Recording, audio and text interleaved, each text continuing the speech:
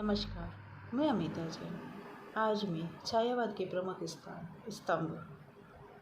खड़ी बोली हिंदी को स्थूलता से दूर कर सूक्ष्मता की ओर ले जाने वाले, शैली को अभिधा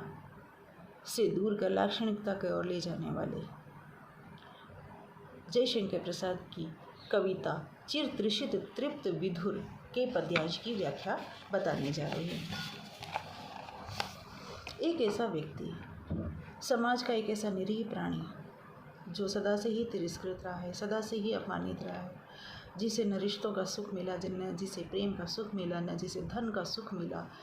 और न ही संसार में और समाज में जिसे महत्व मिला। एक ऐसे व्यक्ति की संवेदना को जयशंकर प्रसाद इस कविता के माध्यम से व्यक्त करते हैं। चिर तृषित कंठ से तृप्त विधुर वह कौन अकिंचन अति आतुर, अत्यंत तिरस्कृत अर्थ सदृश ध्वनि कंपित करता बार बार, धीरे से वह उठता पुकार, मुझको न मिला रे कभी प्यार। अर्थात चिर तृषित, सदा से ही प्यासा, तृप्त विधुर अर्थात दुखी, एक ऐसा मानव, समाज का एक ऐसा प्राणी जो सदा से ही प्यासा रहा है, जिसे जीवन में कभी भी तृप्ति नहीं मिली, जिसे जीवन में कभी भी रिश्तों का सुख नहीं मिला, जिसे जीवन में और समाज में कभी भी महत्व नहीं मिला, जो सदा ही तिरस्कृत रहा है, जिसे समाज ने सदा ही दुत्कारा है, जिसे समाज ने कभी मनुष्य ही नहीं माना है, वह कौन अकिंचन अति आतुर, वो कौन है जो अत्यधिक व्याकुल है, वो बेचारा, वो बेबस, वो बेसहारा व्यक्ति जो कि सदा से ही अपमानित है, सदा से ही तिरस्कृत है, ध्वनि कंपित करता बार बार, लेकिन उसके अंदर भी एक ध्वनि है, उसके अंदर भी एक संवेदना है, और कंपायमान ध्वनि से अंदर की संवेदना बार बार कहती है, धीरे से वह उठता पुकार, मुझको न मिला रे कभी प्यार। वो धीरे से पुकार उठता है, धीरे से कह उठता है कि मुझे कभी भी इस जीवन में प्यार नहीं मिला, मुझे जीवन में कभी भी किसी का स्नेह नहीं मिला, मुझे ममता की छाया नहीं मिली, मुझे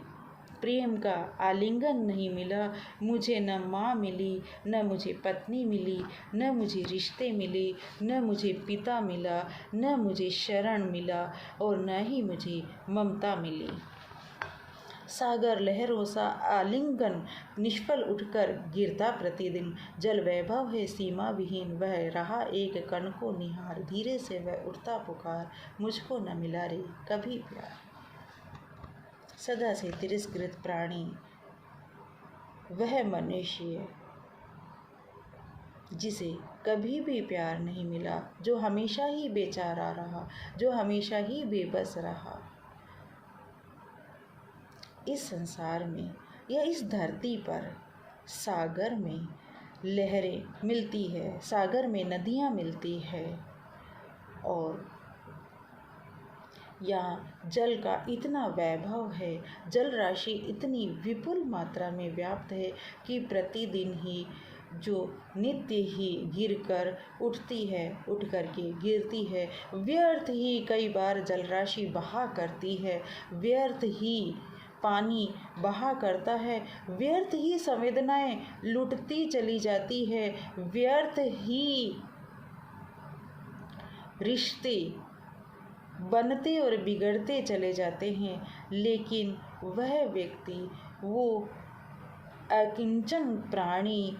एक संवेदना के लिए तड़पता रहता है, वो एक कण के लिए निहार रहा है। इतनी विपुल जल राशि के बाद भी एक बूंद पानी उसे उपलब्ध नहीं हो पाया है। इतने बड़े संसार में, इतने बड़े विश्व में, इतने बड़े राष्ट्र में, जहाँ पर इतनी अधिक संख्या में मनुष्य वास करते हैं, लेकिन उस मनुष्य को कभी प्रेम नहीं मिला, उस मनुष्य को किसी की मनुष्यता नहीं मिल पाई। धीरे से वह उठता पुकार, मुझको न मिला रे कभी प्यार। अर्थात वो धीरे से या उसका हृदय कई बार विचलित होकर ये सोचता है कि इस विश्व में, इस संसार में मुझे कभी भी प्यार नहीं मिला, मुझे माँ की ममता नहीं मिली, पिता की शरण स्थली नहीं मिली, मुझे बेटी का मोह नहीं मिला, मुझे बहन और भाई नहीं मिले। इतने सारे मनुष्य कहलाते हैं लेकिन उनकी मनुष्यता नहीं मिली, या इंसानियत न जाने कहाँ चली गई है कि मुझे इंसानियत भी नहीं मिली। मनुष्य होकर के भी मुझे यंत्र के समान माना जाता है। मनुष्य होकर के भी मेरे लिए जो शब्द है वो बेचारा शब्द है, वो दरिद्र शब्द है। एक बहुत ही बेबस और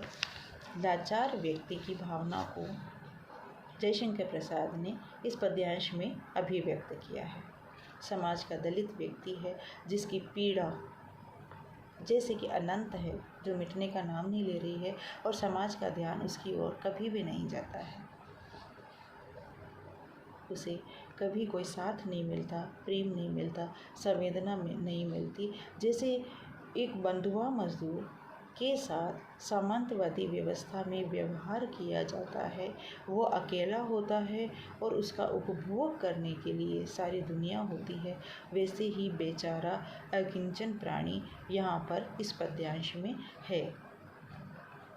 एक कमज़ोर व्यक्ति को